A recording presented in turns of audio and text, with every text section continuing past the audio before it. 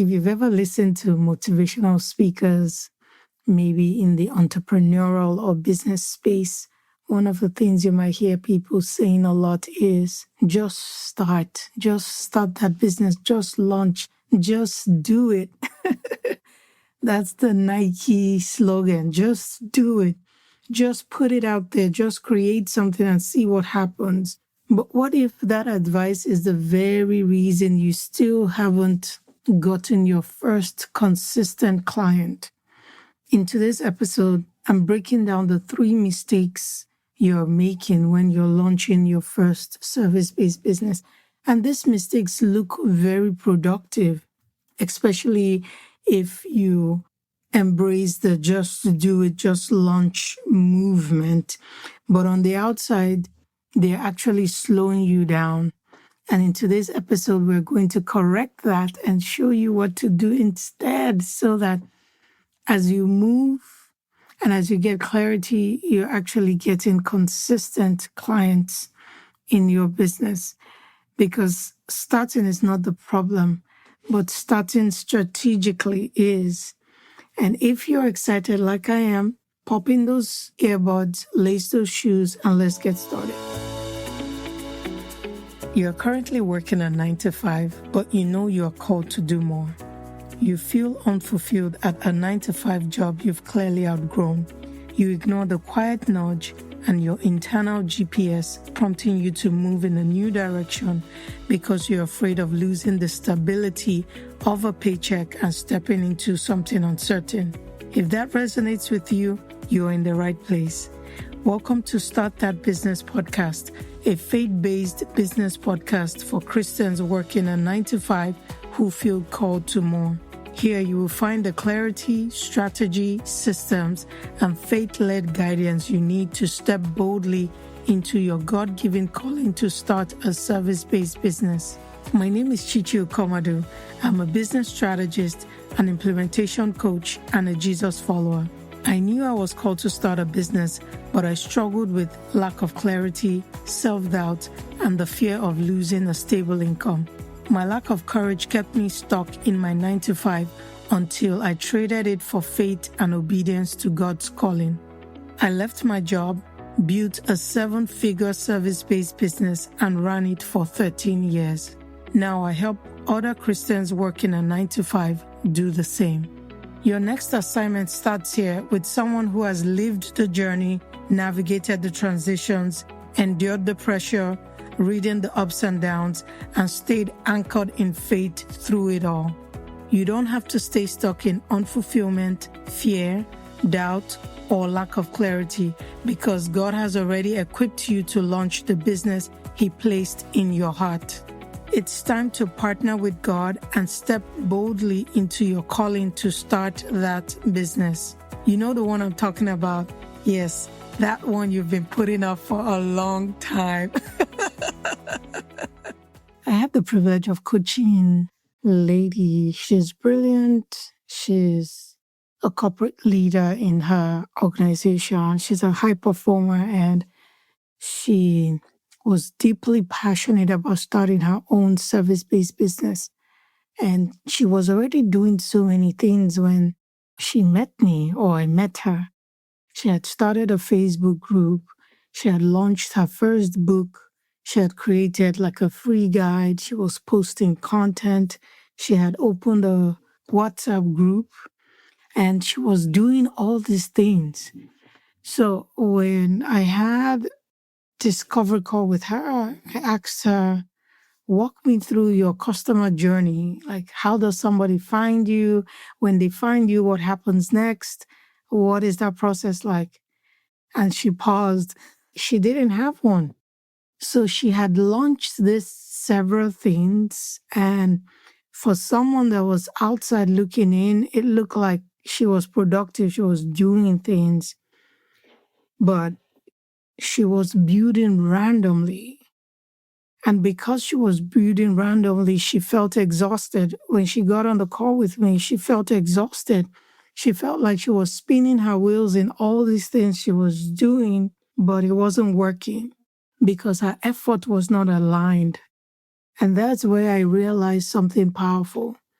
If your customer journey is unclear, growth will always feel unstable because you don't have a clear path for people to go from finding you to you delivering your service to them. Scattered effort feels productive most of the time because if you had met her and she tells you, oh, I have a Facebook group, I have launched my first book, I have a WhatsApp group, I have a free guide, I'm posting content every week. If you have not started anything, you will be feeling intimidated by all the things she has done. But scattered effort feels productive, but it actually drains your momentum. Strategy creates momentum. Strategy tells you this is where we're going. So all effort is aligned to achieve the direction or the goal that the strategy has set. So that leads me into the 3 mistakes that might be keeping you stuck. And these mistakes were the mistakes she was making, and it might be keeping you stuck as well. The first mistake is you're doing things ad hoc without a clear strategy. Now, when I met her, she had started a Facebook group, she had opened a WhatsApp group, she had written a book, published a book, she was creating random content and posting on Facebook, on her WhatsApp group, but there was no defined entry point. There was no defined path, no defined customer journey, meaning this is how my customer will find me, and this is what I'm offering to them. And when they buy, this is how I'm going to deliver it to them. So there's a clear path. It's like a funnel. People enter the funnel and they can go through the funnel and come out at the end with something meaningful, with something practical. Now, you might be asking yourself, why do people do this? Why do people start doing random things when it comes to starting their business? Well, activity reduces anxiety. So for some people, they just want to start something, and which is not bad. It's great to start doing things, but doing it aligned is even much better. Busyness feels like progress. When you have all these things going on, it gives you that feeling of, oh, I'm working on this business, I'm busy, I'm combining it with my 9 to 5. It might also be fear of committing to one clear path. Maybe you don't want to pigeonhole yourself in one clear path and you decide to do multiple things.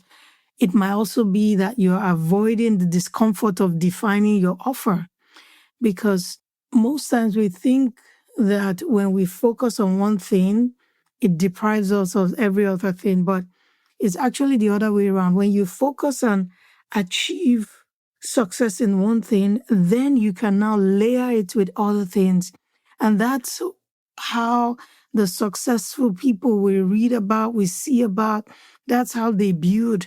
They become known with one thing first, then once they've gained and mastered success in that, they start adding other things. Now, why is it so dangerous to do things ad hoc without a strategy? One, it confuses your audience. When you're doing things randomly without a strategy, without alignment on what you're trying to accomplish, your audience can get confused. There's no cohesive customer experience. There's no predictable movement towards a paid offer, towards what you're selling. Everything feels random because when you put out a piece of content, it should lead to your paid offer. It should lead to either increasing your visibility, building your authority, or selling your thing that you're selling. It should not just be random. So that's the danger with doing things ad hoc. You become exhausted because nothing is compounding. The compounding effect, when you're doing things strategically, the result is compounding, the momentum is compounding, it adds up. And before you know it, one domino is tipped and it causes a cascading effect of other dominoes falling down, and you see the results of what you're doing. Now, customer experience is not vibes. Creating a customer journey is not vibe. It's a pathway. Like I said, it's a funnel. How does someone find you? How do they understand you? How do they trust you? How do they work with you? If you cannot map that out, you are not launching, you're just experimenting publicly. I know it might sound like, Chi Chi, you're calling me out, but I was guilty of it too. When I started my first service-based business, I was doing things ad hoc, just like my client I just told you about. But you need to clearly map out, how are they going to find me? How would they understand me? How would they trust me? How would they work with me? So that there's a path that they follow when they meet you. And as they go through that path, it's producing the results you want it to produce. So here's what I want you to do instead.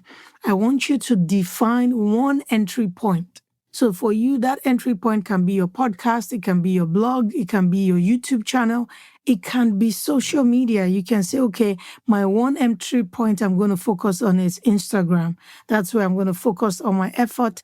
I can repurpose in other areas, but that is where I want my people to find me. So define one entry point. Once you're done defining one entry point, define one clear next step. So when they find me on my podcast, the next step will be for them to download my lead magnet, to download my freebie, to take my quiz, to register for my workshop, to register for a masterclass, to register for my bootcamp, to buy maybe my $19 case study. So you know what that next step needs to be for your business. So define that next step.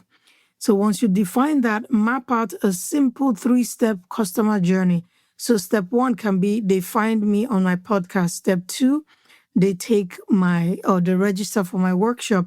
Step 3, I schedule a discovery call and I pitch my offer to them, and they have the opportunity to buy from me or not buy from me. So that's just a simple 3-step customer journey we just created right here. Once you have that, then you align every action you take to that 3-step path you created.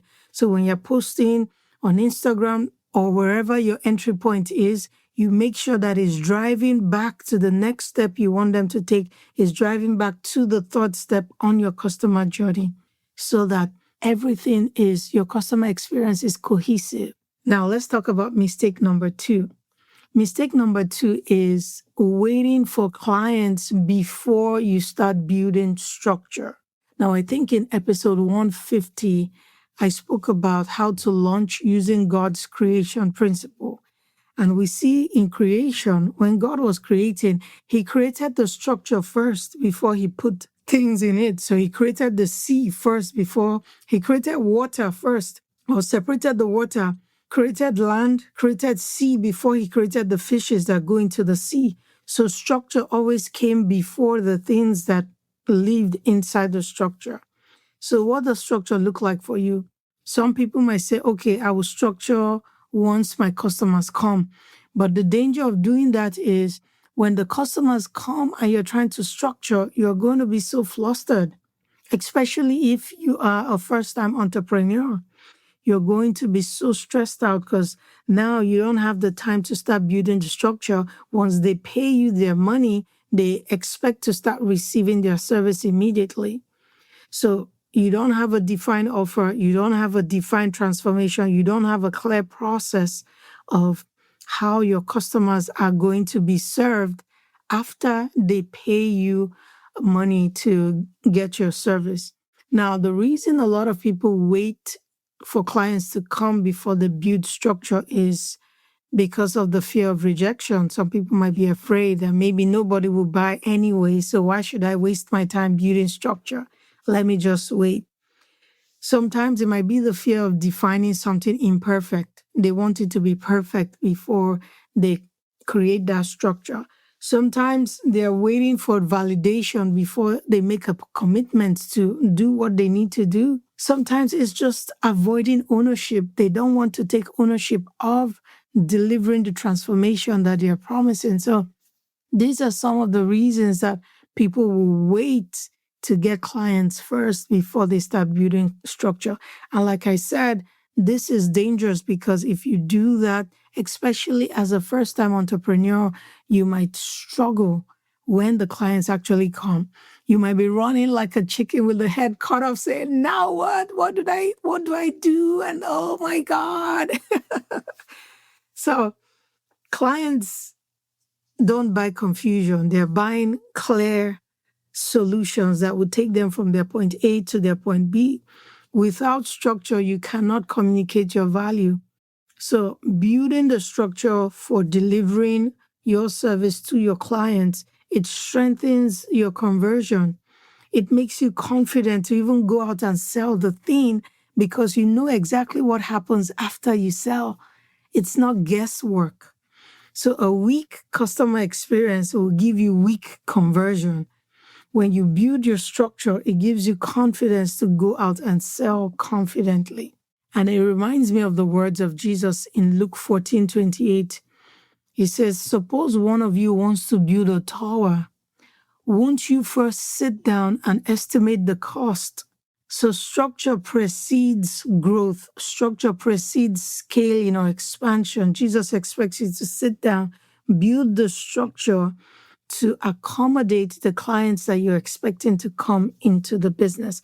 So here's what I want you to do instead. I want you to clarify your offer before you get clients. Decide what you're going to offer. Is it going to be one-on-one coaching? Is it going to be a course you're creating? Is it going to be a done-for-you service? Is it going to be group coaching? Is it going to be a hybrid? Maybe it's a combination of multiple offers in one. So clearly define what that offer is. Define what you're promising customers. Define what they're going to get once they pay. Then outline the process of how you're going to deliver what you promised to them. Then decide what the transformation is going to be, the transformation they will get at the end of working with you. Customer experience begins before payment. So you don't wait until they pay you to start creating your customer experience. You create your customer experience before they pay you so that it can be a seamless experience. And that's exactly why I created the Start That Business Life workshop, because what you're missing is not passion. You have the passion, you know you're called. What you're missing is structure, is direction. And in this workshop, I walk you step by step through starting your first service-based business without the guesswork, with structure, with limited time, without quitting your job. This live workshop is happening on March 21st at 12 noon Central Standard Time.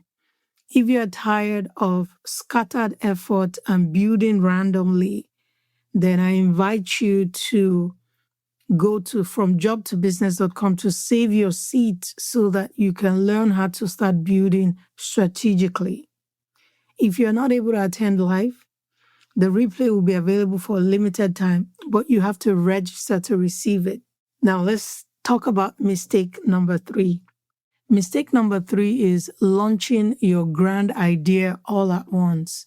Now, this mistake comes from, one, seeing someone that is already ahead of them, maybe another person that is trying to do what you're already doing. Maybe they are 5 years ahead, maybe they are 6 years or 7 years ahead in the business, and you see their Instagram posts, you listen to their podcasts, you listen to their YouTube videos, you're inspired, you've seen everything they've built, and you want to launch your own business by doing everything they're doing. You want to build out your full course, you want to build out your full brand, you want to create multiple offers, you want to start competing with someone who is 5 or 6 or 10 years ahead of you in the same business God has called you to launch. That's the mistake. And this mistake, why a lot of people make this mistake is because of comparison. Inspiration that has turned to comparison. So you see the beautiful websites they have and you want to go build out that same website when you don't even have as much clarity as they have, because they've been doing this thing now for 5 years, for 6 years, for 7, 8 years. They have so much more clarity because they're ahead. A lot of people make this mistake again due to ego that is attached to a big vision. For some, it's the fear of starting small. They feel like if they start small, it diminishes their calling. For some other people, it's impatience. They can't wait for this thing to become big. So they start trying to do too many things at the same time, trying to launch this grand vision all at once. Now, the danger with this mistake is you get overwhelmed. And this overwhelm leads you to delaying certain things. You start shifting your launch date because you're trying to build this big, massive vision instead of you to strip it down to just one small thing you can start right now. When something is so complex, it kills clarity. Complexity kills clarity. So you always want to simplify. You always want to start small. And when you do that, your customer experience becomes diluted because you're trying to do too many things based on comparing yourself to someone who is already ahead of you. It reminds me of Zechariah 4:10, where it says, "Do not despise these small beginnings, because God loves to see the work start." God builds progressively, and He expects us to also build that way as His children. So here's what I want you to do instead. I want you to start with one offer. Starting with one offer doesn't mean you will not add other offers later. But when you focus on starting with one offer, it keeps things focused and strategic, and you can manage delivering one offer. You are not overwhelmed. Once you have mastered delivering that one offer to multiple clients, you will know when it's time to add something next to it. Start with one offer, solve one problem, serve one person clearly. Simplify your path, simplify your customer journey, because your customer experience thrives in simplicity. So strip it down. Don't try to do everything all at once. Start with one offer and deliver it excellently, then scale and grow it from there. If you're feeling scattered right now, you are lacking a mapped customer journey. If you're waiting for clients, you are avoiding structure. If you're trying to launch everything at once, you are comparing where you are with where someone is 5 years or 6 years ahead of you. Your calling deserves structure. Your obedience deserves alignment. Your future clients deserve clarity. If this episode exposed where you've been launching emotionally instead of launching strategically, then the Start That Business Live workshop is your next best step. I want you to register now so that you can learn how to stop building randomly and start building intentionally. You don't need more motivation. You don't need more research. You need structure and direction. So go to fromjobtobusiness.com to save your seat, and I will see you live at the workshop. Thank you for listening to today's episode. I pray it made you feel seen, taught you something new, and encouraged you to take action. If it did, please hit the follow button so you're notified when a new episode drops. If today's episode resonated with you and you're ready to start your business while working your 9-to-5, head to fromjobtobusiness.com to book your discovery call. Lastly, it will be a huge blessing if you left a review for this podcast on Apple Podcasts. It's the number one way I know this podcast is serving you. Until next time, remember, your expertise is needed, your calling is real, and I'm here to help you make it a reality.